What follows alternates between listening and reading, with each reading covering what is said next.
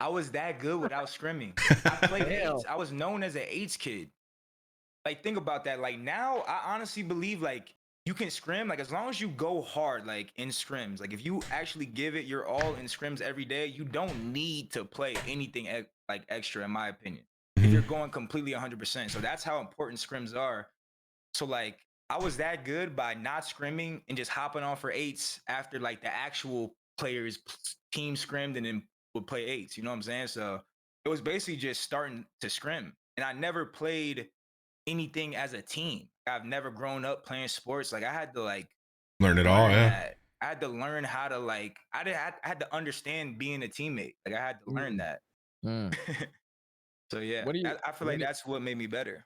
when did you is that the moment when you realize like, yo, I gotta learn a whole different aspect of my game? Like, what was it like being a teammate from being an individual player? Like just a guy who hopped in eights. Like what was the difference between that? Because I don't now feel it's like it clicked for me until like like later on in my career about like understanding how you affect your team. I didn't Yeah. understand that until probably like 2 years ago. And I'm still like getting better at that, but like I don't know. I feel like off the rip when I first went pro, I was just trying to get kills. Like I was just like individually, I grinded hard. Like I played yeah. every eights, I scrimmed, but like I wasn't thinking like I was trying to be better. Like Hook was on my team. I was trying to be better than Kyler. Yeah. Like I wasn't trying to uplift Kyler. Like now, if I'm like teaming with a superstar, I'm gonna try to be like uplift him. You know what I'm saying? I was trying to be Yeah. better than him. Like that That- was my like old mindset. That's a hard thing to learn too. Right? Like Yeah. when not just like in general, like when during a map and during a series to take the back seat, you know, when you Yeah, have that no, you type of gotta skill. learn that. You gotta learn that, and some people still don't know how to do that. It's very difficult. Yeah. And like for you, it's weird because like you said, you didn't play like team sports growing up, and you were an AIDS kid, so it's not like you started Yeah. with like an AM team like some people did and like made your way up. So you had to like first of all, you're growing up with Call of Duty. You had to take the break, so you took a break and then played eights all that next year because you couldn't play until you're 18, right? Yep. So that like you because you were on a team and then you had to go back to the eight. So how was that transition? Because that had to suck for a little bit. It was bad. It was really bad watching like people who I thought like I was beating or I was better than like have like a lot of success. Mm, But overall, like I think I made use of that time. Like at the time, like I was 350 pounds. So like that year I lost, like I had nothing to do but like focus on other stuff. So Yeah. I lost like 80 pounds that year. You know, I still had fun. I'm still a kid, so Mhm. it was annoying, but I still made good use of my time. That's good. Yeah. I remember Jay. Remember we were teaming that game, right? And we were like, "Yo, Hook yeah. and Don, we don't gotta play against these guys this year." Thank God, bro. Age restriction hit, bro. It's I'm like, telling you, dude. they saved a lot of help. They saved lives, bro. They was hitting the fucking dolphin dive out there, like right in early. As soon as the game came out, bro. Like they was Yeah. battle testing that shit before they even played it. That shit was nuts. Yeah. Yeah, I mean, I feel like a lot of people know you're coming with stuff. I just wanted to add some context to it. Mhm. And you spoke like about eights, right? So I heard what you just kind of said about it. Now for me, and Jay always differed from me in this opinion, but I thought eights helped tremendously in getting better. Like that's just how my approach was. Obviously, I never competed in the CDL era, so it's way different. But I Yeah, felt me like either. eights was one of the biggest things you could do to improve your game because COD is so situational, like all the time. 100%. It's so situational, and repetitions is how you get better at those. So, from a personal standpoint, that's how I got better. So, from being an eights guy, when did you start to like devalue that in comparison? Like, because you said scrims, you could just scrim and not play eights. Like, my mindset that goes against everything that I know about like Mhm. getting better at COD. You know what I'm saying? So, Well, I don't know how to explain it like fast, but the biggest thing I would say is like those jetpack games, the eights was the real game. Like Mm, that's it was, what you yeah. played. There wasn't much of a system. Like jetpacks were like communication and like playing trades and like doing stuff with speed. Kind of how like Optic play now. Like the mm, Optic MW2 team, they would be good in jetpacks because they don't hesitate and they play together and they chow together. That's in essence like what eights was, but like now a lot of these players, I feel like a lot now. Maybe it was like that back then. I didn't realize it, but like a lot of teams have systems. So if you are playing in a system, you're a system player.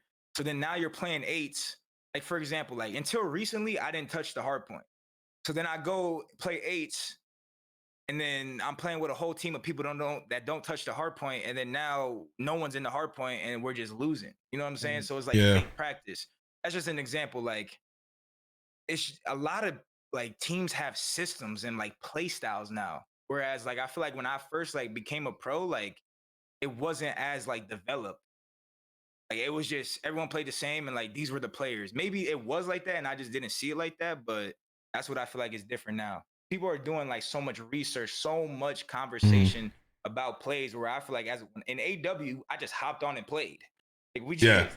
we just ran around and hopped on and played. You know what I'm saying? We'll talk about a little bit of stuff like, yo, if we're in here, let's chow this together. But like now it's just way more in depth. So I feel like eights, you lose, it's just random. Like you're just running around. Whereas in a scrim, like if you run around in the scrim, you throw your life away, like your coach is gonna tell something, even if you know you already scammed. You know how many times I know I made a bad play, and I still gotta hear McGee, Don, you shouldn't have chowed right there. Like I don't want you to chow that gunfight. It's not a good gunfight. You know, shout Yeah. out to McGee. I'm not trying to, you know what I'm saying, but like I'm Yeah. just saying, like, even though I know, and I was like, I know, bro, I know. In eights, there's none of that. You just do Yeah. some dumb shit and boom.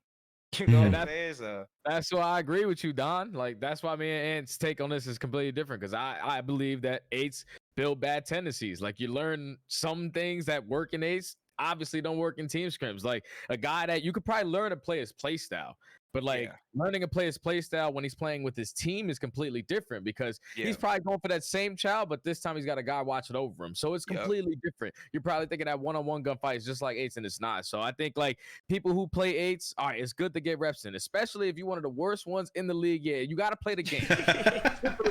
Simply just play the game. I can understand your yeah. situation. For these teams at the top, teams that want to stay at the top, it's all about playing in your system.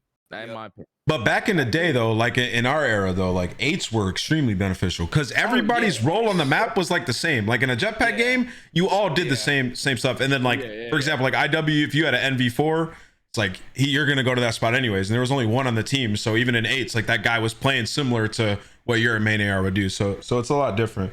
But it's interesting to hear you say that because I've heard some people are still on that side of like grind eights, sort of where my mentality is. And then there's some teams like Toronto Ultra who don't even play eights at all. Yeah. At least what I heard. But for you, you've been grinding S&D chows. Now that's something I feel like definitely helps. Do you do that for content, or are you doing that to literally get better at S&D? Because in my mind, when I think of you and I think of Search, I don't think of like a god tier player, right? So I see you're working I towards that. agree. That's why I played it. Cause like look, we've been really bad at control this year. Hard point, I would say at times really bad as well, just as bad as control. Like S&D, I think we have like the second best record in the league. Like Ridiculous. I've never been on a search team this good. And of course we do have TJ. He's a god. Clay's had his like I've definitely just respect. Like I don't know. Like I used to not like kind of care about winning searches. Like I don't know. I was just always on dominant hardpoint teams. You know what I'm saying? So Yeah.